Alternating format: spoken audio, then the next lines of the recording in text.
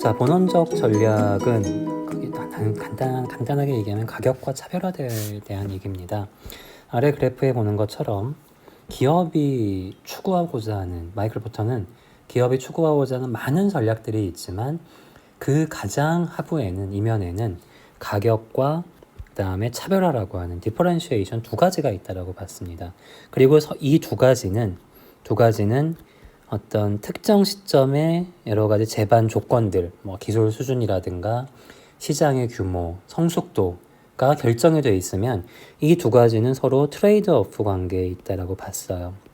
이 두 가지를 트레이드 오프로 보게 되면 지금 아래 그래프에 보이는 것처럼 어떤 주어진 제반 조건 하에서 지금 여기 보이는 이러한 어떤 옵티멀한 상태가 결정이 됩니다. 이거를 이제 본원적 전략에서는 베스트 프랙티스 라인이라고 부릅니다. 또는 프로덕티비티 프론티어라고 합니다. 즉 어떤 기업을 분석을 했더니 예를 들어 코스트가 이만큼이고 제품의 코스트 가격이 여기고 그다음에 차별화 위치, 차별화에는 품질이라든가 제품의 기능, 브랜드 가치, 제품의 여러 가지 기능적인, 비기능적인 요소들이. 그러면은 이거는 더 이상 올라갈 데가 없는 거예요. 주어진 조건 하에서는 가장 최선의 그 제품을 만들고 있다라고 할 수가 있는. 하지만 예를 들어서 여기 P에 있는 경우에는 이런 경우는 다른 기업이 하는 이런 P2나 P1에 비해서 아직 개선할 여지가 있다라는 겁니다. 그 개선의 방향은 360도 어디로든 다 갈 수 있어요. 하지만 이제 마이너스로 가기보다는 여기를 봤을 때 이 사분면 쪽으로 이동을 하는 게 아무래도 바람직하겠죠. 그렇게 됐을 때 낮은 원가를 지향하는 방향과 원가가 상승하더라도 원가 절감 포기하더라도 제품의 차별화를 추구하는 방향 두 가지가 있을 수 있는 겁니다. 자, 그리고 동시에 추구해서 여기로 가는 것도 가능해요. 다만 모든 제반 여건들이 고정이 되어 있다라고 하면은 이 프론티어 라인을 벗어나기는 어렵습니다. 하지만 혁신에 의해서 또는 패러다임 시프트에 의해서 예를 들어서 나는 제품 가격도 이만큼 원가를 낮추고 제품의 경쟁력도 이만큼 높이겠다. 그러면은 여기로 갈 수가 있겠죠. 그럼 새로운 베스트 프랙티스 라인이 그려지는 겁니다. 이거는 패러다임 시프트 또는 혁신에 의해서 달성이 가능한 부분이 되는 겁니다. 그 다음에 이제 여기도 나와 있지만 초록색으로 갈 것이냐 빨간색으로 갈 것이냐 하는 것들은 벤치마킹, 여러 가지 다른 경쟁 제품과의 비교 또는 경쟁사와의 비교, 경쟁사의 생산 시스템과의 벤치마킹, 비교를 통해서 방향을 결정하게 되겠죠. 더 유리한 방향으로. 이게 이제 마이클 포터의 본원적 전략이 됩니다. 나중에 우리가 비슷한 분석을 DEA라고 하는 분석을 해볼 거예요. 아마 경영학 부전공 또는 복수전공하는 학생들은 많이 들어봤거나 경험이 있겠지만 데이터 포랑면 검사라고 하는 겁니다. 그래서 어떤 기업들이 이 프론티어 라인에 있는지, 어떤 기업들이 내부에 있는지, 내부에 있는 기업이 프론티어에 또는 베스트 프랙티스에 가기 위해서는 각각 그 해당 요소들이 얼만큼의 향상에 있어야 되는지를 계산할 수 있는 정수 최적화 기법입니다. 나중에 배우도록 하고요. 자, 그다음 마이클 포터가 주창한 두 번째 또 다른 하나는 가치 사슬입니다. 제품을 개발하는 또는 생산하는 전체 라이프 사이클에서 여러 가지 행위들이 있는데, 액티비티들이 이루어지는데 그 중에 그것을 주행위와 보조행위로 구분을 했습니다. 그래서 어려운 얘기가 아니고요. 이렇게 기본적으로 기업에는 그 필수 불가결은 기본적인 다 필수 불가결을 해요. 하지만 그 중에 프라이머리 가장 중요한 거는 조달과 구매 조달, 그다음에 생산, 저희가 공급이죠. 공급, 배송 물류, 그다음에 이제 마케팅, 이건 이제 판매, 홍보, 이런 판촉 이런 거죠. 서비스 활동 대표적인 게 AS가 이렇게 해당돼요. 이거는 무슨 일이 있어도 모든 기업들이 반드시 가져야 되고 가장 핵심적인 프라이머리다. 말 그대로 프라이머리 액티비티다. 근데 이것만으로 기업이 운영되는 게 아니고 또 반드시 필요한 서포팅 행위들이 있더라. 그것들이 뭐냐면 뭐 경영이라든가 전략, 조직 구조, 그다음에 우리가 CI 같은 거죠. 기업의 이미지.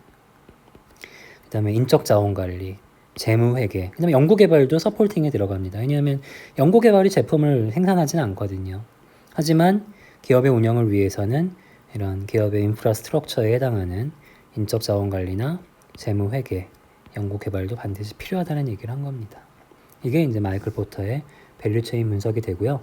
나중에 상당히 유용한 그 프레임워크가 될 수 있습니다. 어떤 기업을 분석을 할 때 그 어떤 업무 분석의 대상이 되는 업무가 어디에 들어가는지를 그 매핑을 해봄으로써 하나의 기업에 대한 그 기업의 세부 업무들로부터 기업의 전체 그 밸류 체인을 분석을 해볼 수 있는 굉장히 유용한 도구가 됩니다. 자, 이제 STP 전략을 이제 여기부터는 전략입니다. 지금까지 본 거는 그 환경 분석이었어요. 이제부터는 실제로 그 행동에 옮기기 위한 전 단계로서 전략을 수립하는 건데 딱 두 가지만 볼 겁니다. 4P 분석과 지금 얘기하고자 하는 STP 분석을 볼 겁니다. STP는 시장을 세분화, 세그먼테이션, 그 다음에 전략 대상 설정, 타겟팅, 이걸 또 조금 다른 말로 표적화라고 합니다. 그 다음에 자사 제품의 차별적 요소를 표적 시장 내에 목표 고객에 인식시키는 포지셔닝. 이 세 가지를 합쳐서 요 S, T, P를 합쳐서 STP 전략이라고 하는 겁니다. 먼저 시장 세분화는 각기 상이한 니즈를 지닌 다양한 고객들의 집합인 하나의 시장을 특정 제품군에 대한 태도, 의견, 구매 행동 등에서 비슷한 성향을 가진 집단으로 묶는 것을 의미합니다. 그래서 시장 세분화의 효과는 이것도 마찬가지로 기업의 여러 가지 자원이나 역량의 제약, 그 리미테이션 내지는 컨스트레인트가 있다라는 가정하에 특정 분야에서 경쟁 우위를 확보를 할 수가 있고요. 또 그걸 이제 어떤 그 시장을 세분화함으로써 그 세분화된 시장 내에서 어디에 집중할 것인지에 대한 마케팅 기회를 발견할 수 있고요. 또 그걸 마케팅을 하다 보면은 어느 분야에서 차별화를 해야 되고 차별화를 통해서 가격 경쟁을 완화시킬 수 있는지 이런 인사이트를 얻을 수가 있게 되고요.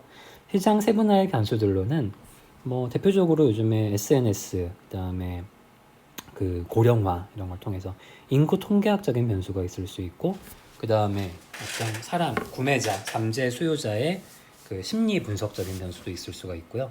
그다음에 구매 행동, 구매 패턴, 그 다음에 추구하는 효용성의 방향. 아까 본 뭐 돈이 가격이 좀 비싸더라도 고품질을 지향을 하느냐, 아니면 뭐 품질은 됐고 나는 무조건 저렴한 그 가격 경쟁력이 가장 중요하다. 가성비라 그러죠. 가성비. 그 다음에 사용 상황에 대한 변수 등이 있을 수 있습니다. 그래서 시장 세분화라고 해서 그냥 고정된 변수가 아니라 그때그때 상황에 따라서 뭐 성비에 따라서 연령의 구성에 따라서 달라질 수가 있다라는 얘기가 되겠습니다. 자, 각 세부 시장의 세분화된 시장의 매력도를 평가해서 그 자사에 맞는 또는 자사 제품에 맞는 표적 시장을 선택을 해야 되는데요. 그때 이제 그 가이드라인이 이렇게 정리가 될 수 있습니다. 그래서 세분화되는 그 세그먼테이션 시장의 크기, 그 다음에 그 시장의 성장성, 그 다음에 그 해당 시장에서의 수익성, 그 다음에 시장의 규모. 크기와 규모는 사실 비슷한데 비슷한 얘기입니다. 그래서 그 시장 세분화를 통해서 여기 오타가 있네요. 표적화입니다. 세분화를 통해서 표적화를 해야 되는 겁니다. 표적화. 우리가 아까 얘기한 타겟팅이라고 얘기를 했었습니다. 그래서 앞에서 분석한 세그먼테이션을 하고 나면은 그 세부적인 세그먼테이션들에 대한 크기, 성장성, 수익성, 규모 등을 분석을 하게 되고 그 내용들을 반영을 해서 나는 우리 기업은, 우리 제품은 어느 세그먼트를 대상으로 해야겠다. 예를 들어서 요즘에 유행하는 제품들 중에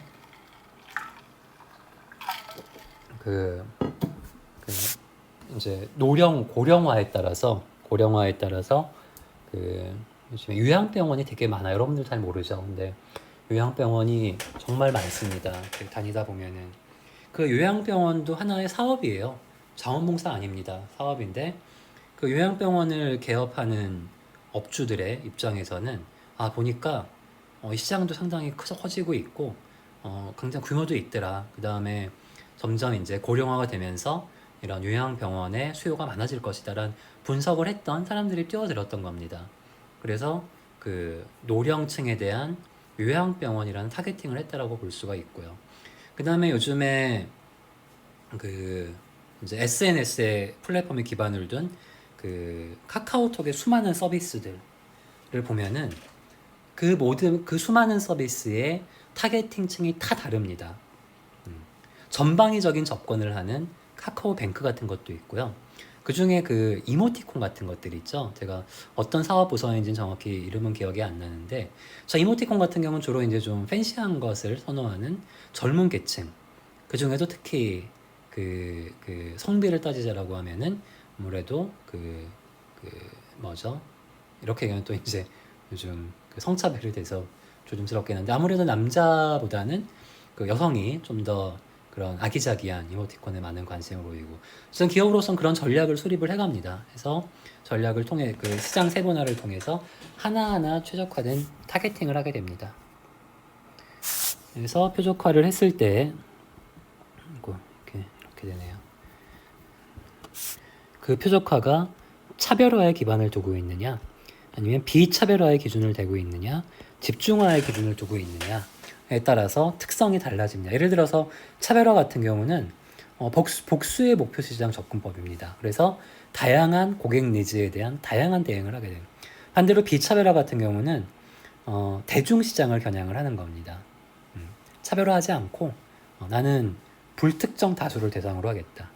집중화는 차별화 비차별화보다 훨씬 더 좁은 영역, 특정 세분 시장에서만 마케팅을 하겠다. 자, 이렇게 하게 되면은 장 단점이 생기겠죠. 각 장 단점이 생깁니다. 그리고 그 각각에 대응하는 전략들이 수립이 될 수 있습니다. 넘어가겠습니다. 다음 포지셔닝은 자, 타겟팅을 했어요. 그럼 이제 우리 기업의 제품이나 서비스의 차별적인 요소를 그 타겟팅 시장 내에 있는 그 잠재 고객, 포텐셜 커스터머들에게 인식을 시키는 걸 포지셔닝이라고 합니다. 그래서 고객의 니즈, 그 다음에 우리 제품의 강점, 그 다음에 경쟁 제품의 약점, 그것이 만나는 부분을 고객의 머릿속에 각인을 시키는 겁니다. 예를 들어서 제가 자주 예를 드는 안드로이드와 그 다음에 비안드로이드 되게 많은데 대표적인 게 이제 애플의 iOS죠. 봤을 때 안드로이드 군에서는 그 iOS 쪽의 약점으로서 폐쇄성을 언급을 합니다. 그럼 그 폐쇄성이 약점이 되는 고객의 니즈와 맞게 되면은 안드로이드가 더 유리한 위치를 점유할 수 있는 거고, 애플의 입장에서 봤을 때는 무슨 얘기냐, 이런 그 하드웨어와 소프트웨어가 결합된 비즈니스의 경우에는 좀 더 폐쇄적이라기보다는 좀 더 철저한 그 제어를 통한 품질 관리가 훨씬 더 중요하다. 일관된 품질 관리가 더 중요하다. 그렇게 되면은 그게 강점이 되는 겁니다. 또 그걸 선호하는 고객들이 있는 겁니다. 그 영역에 들어가는. 그러면서 너무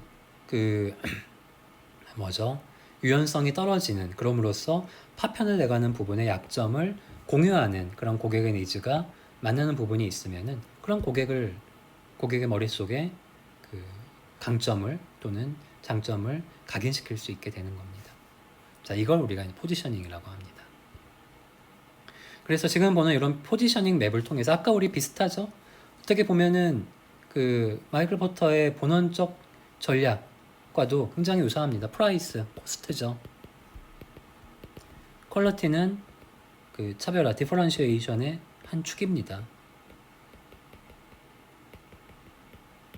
그래서 이러한 포지셔닝 맵을 통해서 해당 제품이나 서비스가 소비자의 인식상에 어디에 위치하느냐를 시각화해서 소비자들이 해당 제품의 구매 의사결정을 할 때 중요하게 생각하는 지표 선정 후에 포지셔닝 맵을 작성을 하게 됩니다.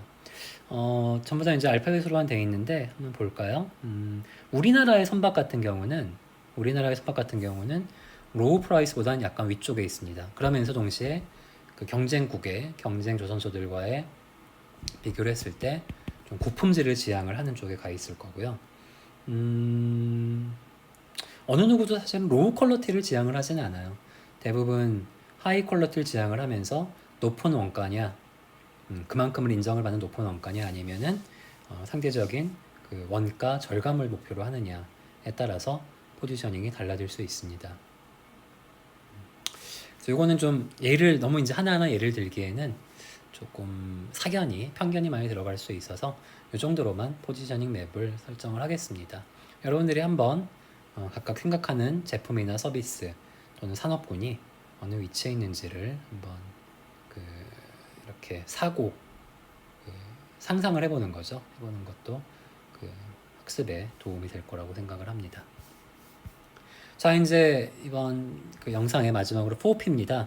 그 STP만큼 많이 쓰이는 거고요. 대신에 4P는 이제 조금 관점을 달리해서 프로덕트, 프라이스, 플레이스. 사실은 유통은 이제 우리가 로지스틱, 서플라이 체인 이런 건데 여기는 P를 통일하기 위해서 플레이스란 말을 썼습니다. 촉진이 프로모션입니다. 그래서 이 네 가지 전략으로 제품에 또는 서비스에 대한 전략을 수립을 하는 거예요. 자, 제품의 전략은 이건 아까 우리가 봤던 제품의 수명 주기가 다시 등장을 합니다. 비슷한 같은 그래프가 다시 나왔죠.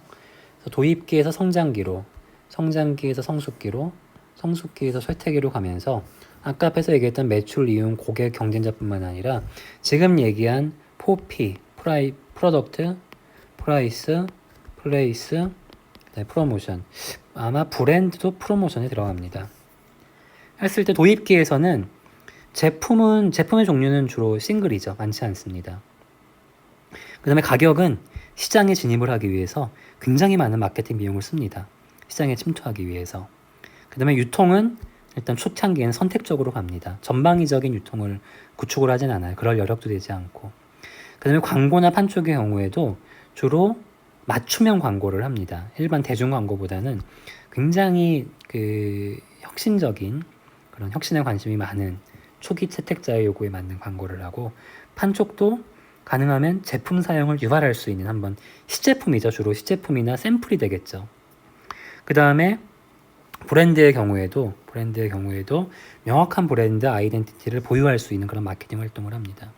그러다가 성장기를 거쳐서 성숙기로 가게 되면은 이제 제품은 이제 더 이상 종류나 이런 게 바뀌진 않아요. 제품의 개성과 이때부터는 브랜드의 경쟁이 됩니다. 상표의 경쟁이 되고요. 이때부터 이제 가격도 점점 더 절하가 됩니다. 그 다음에 유통도 이제 성숙기에 오르게 되면은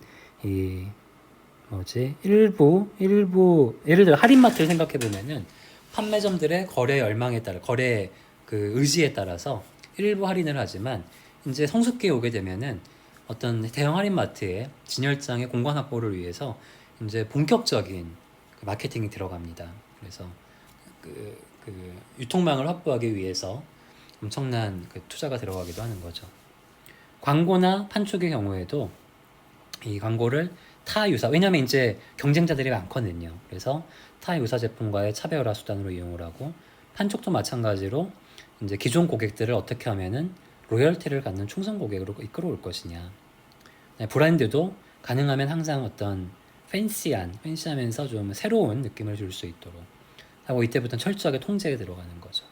그러다가 이제 쇠퇴기가 되면은 점점 그 투자했던 부분들, 그 다음에 어떤 프로모션의 그 적극성 같은 것들이 이제 점점 줄어들게 되면서 자연스럽게 퇴출이 되는 그런 절차를 밟게 됩니다.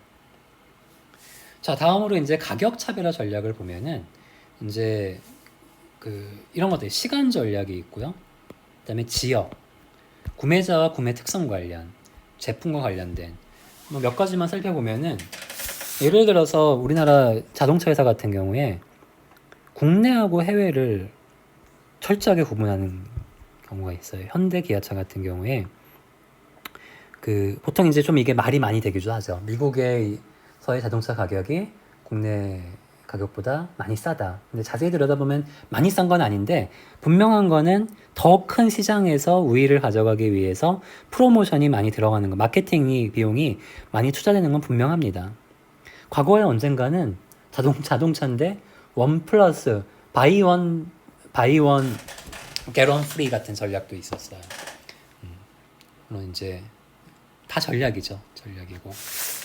그 다음에 그 대표적인 이제 이 제품 묶음 패키지 여행이 대표적이죠. 이렇게 요즘은 이제 지금 코로나로 인해서 해외 여행이 거의 이루어지고 있지 않지만 이렇게 여행 갈 때 보면 신문이나 이런 데 광고 많이 나잖아요. 패키지 이 가격에 가능해? 비행기 값도 안 되는데 이런 것들이 사실은 가만히 들여다보면은 여러 가지 유사 제품들 그 다음에 잘 팔리지 않은 서비스들을 묶어가지고 하나의 제품으로 만들고 또 거기서 이제 파생되는 여러 가지 다른 부가 활동들로부터 수익을 얻는 것도 있습니다. 그 다음에 이제 오른쪽에 보이는 것은 고객 지각에 따른 것도 있습니다. 예를 들어서 관습 가격 같은 거 있죠. 과거에 껌이 300원이었는데 자일리톨이란 말이 붙으면서 요즘에 껌이 500원, 지금은 아마 제가 리스트 프라이스로는 거의 1000원 가까이 올라온 걸로 알고 있습니다. 근데 이런 거는 가격을 올릴게요 라고 보다는 뭔가 이제 하나의 새로운 기능을 추가를 하면서 또는 인그레디언트가 추가되면서 자연스럽게 오르게 되고 그걸 올랐다는 걸 인식하지 못한 상태에서 마치 해산물이 뜨거운 물 안에서 서서히 죽어가듯이 잔인한가요? 그렇게 이제 가격이 오르는 단수 가격이라는 거 있습니다. 이거 많이 봤죠. 1000원과 990원 그게 그거잖아요. 근데 아무래도 네 자리보다는 세 자리에 사람들은 더 유혹적일 수밖에 없다. 사람이 간사한 거예요. 그 다음에 유인 가격, 미끼 상품. 우리 대형마트 가보면은 가끔 이렇게 프로모션 하면서 마케팅의 일환으로 뭐 맥주에 라면이 붙어 있다거나 과자가 붙어 있다거나 이런 것들 있잖아요. 다 미끼 상품입니다. 이거 잘못 얘기했네요. 그거는 이거네 묶음 가격이죠. 묶음 가격이고 미끼 상품은 잘못 얘기 이게 아니고 뭔가 이제 광고를 하는 거예요. 실제보다 엄청나게 싼 가격으로. 그럼 이제 소비자는 거기에 혹해가지고 마트를 방문을 하게 됩니다. 근데 가게 되면은 아무래도 그것만 사지 않게 되죠. 그게 하나의 미끼 상품이 돼서 다른 것들도 이제 눈을 돌리게 돼서 필요 이상으로 또는 더 이제 추가 구매를 하게 되는 걸 유도하는 겁니다. 그래서 이게 이제 머리 좋거나 좀 이런데 셈이 빠른 사람들은 또 이런 것만 골라 다니는 사람들이 있죠. 미끼 상품만 실속을 차리는. 저도 어디 이제 편의점이나 이런 데 가면은 꼭 2개 사면은 3개 주는 그런 걸 잘 이용을 하는데 이게 이제 그런 게 이제 묶음 가격이죠. 보완제 가격, 뭐 특별 행사 가격, 다양한 방법들이 있습니다. 이미 여러분들은 이런 제품 및 가격 차별화의 홍수 안에서 살고 있는 거예요. 엄청난 그런 물결 안에서. 그 다음에 이것뿐만 아니라 어디에 속할지는 모르겠지만 또 마켓 같은 데는 대형 할인마트점은 보면은 하나하나의 제품들의 위치에 다 이유가 있다 그러죠. 예를 들어서 뭐 우리 집에 아빠들이 좋아하는 맥주 같은 거 맥주 판매대 옆에는 반드시 뭐 라면이나 이런 소위 안주가 될 수 있는 것들을 붙여놓는다거나 또는 뭐 언제 들었지만 이렇게 그 일반 가정주부들이 쇼핑을 할 때 그냥 자연스럽게 이렇게 소비를 유도하게 되는 그런 경로를 일부러 이렇게 설계를 한다고 하더라고요. 뭐 대형 할인마트까지 갈 것도 없이 우리 편의점 같은 경우도 그 하나하나 제품들의 위치가 다 의미가 있다고 합니다. 어떻게 하면 더 고객의 관심을 더 받을 것인지. 그래서 편의점을 가보면은 경쟁이 심한 과자류들은 서로 좋은 자리에 놓으려고 하잖아요. 근데 편의점에 반드시 필요한 것들, 근데 자주 필요하진 않지만 편의점밖에 뭐 예를 들어서 밤 10시가 넘었다. 근데 편의점에서밖에 구할 수 없는 것들, 대표적으로 비상약 같은 것들은 물론 좋은 위치에 놓는 경우도 있지만 대부분의 경우는 그런 많이 팔리지는 않지만 그냥 어디에 놓더라도 찾아갈 시점이 있을 수밖에 없는 제품들은 또 그런 위치에 있어요. 유통 전략도 중요합니다. 유통 경로는 제품의 전체 유통 경로, 유통 거래 시스템의 성과를 향상시키기 위해 파트너 관계를 형성한 보통은 제조, 공급, 유통, 그 다음에 고객으로 구성이 됩니다. 근데 크게 보면은 여기 판매 단위가 크거나 시장이 지역적으로 집중이 되어 있을 때는 생산자에서 구매자로 직접 넘어갑니다. 특히 이게 조선이 대표적이죠. 조선의 도매업자가 어디 있어요? 직접 생산자가 선주한테 바로 인도를 하잖아요. 그리고 지속적인 유지 보수가 필요할 때, 즉 지속적인 파트너십이 필요할 때. 하지만 반대로 도매업자가 있는 경우는 판매 단위가 작고 많은 잠재 구매자가 있거나 시장이 분산되어 있고 상품이 표준화되고 보수가 필요 없고, 그래서 더군다나 이런 그 도매업자 같은 중간 판매업자를 이용하는 것이 적합할 때에는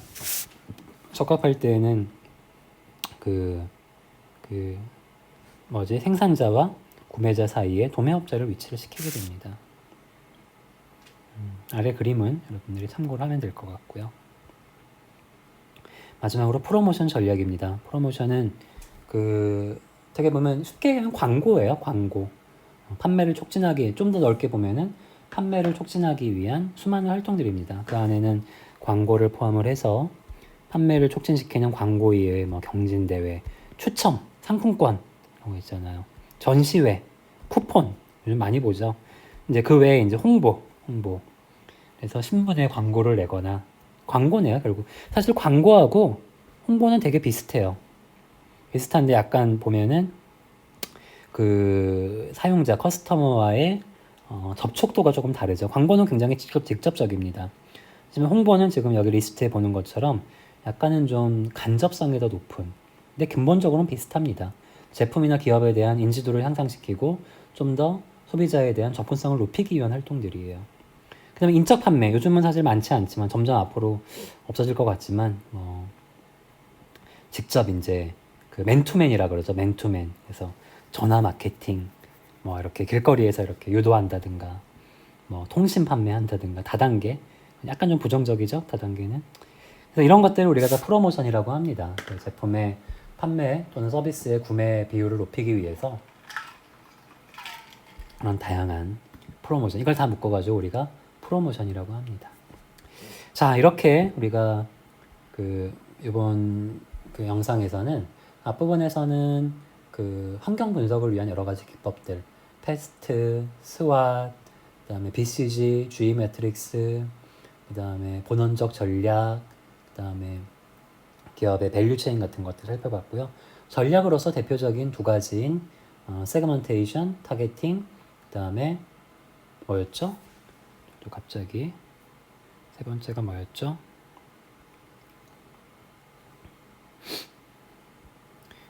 포지셔닝이라고 하는 STP를 공부했고요. 그 다음에 이제 4P, 우리가 그냥 프로덕트, 프라이스, 플레이스, 프로모션 전략을 봤습니다.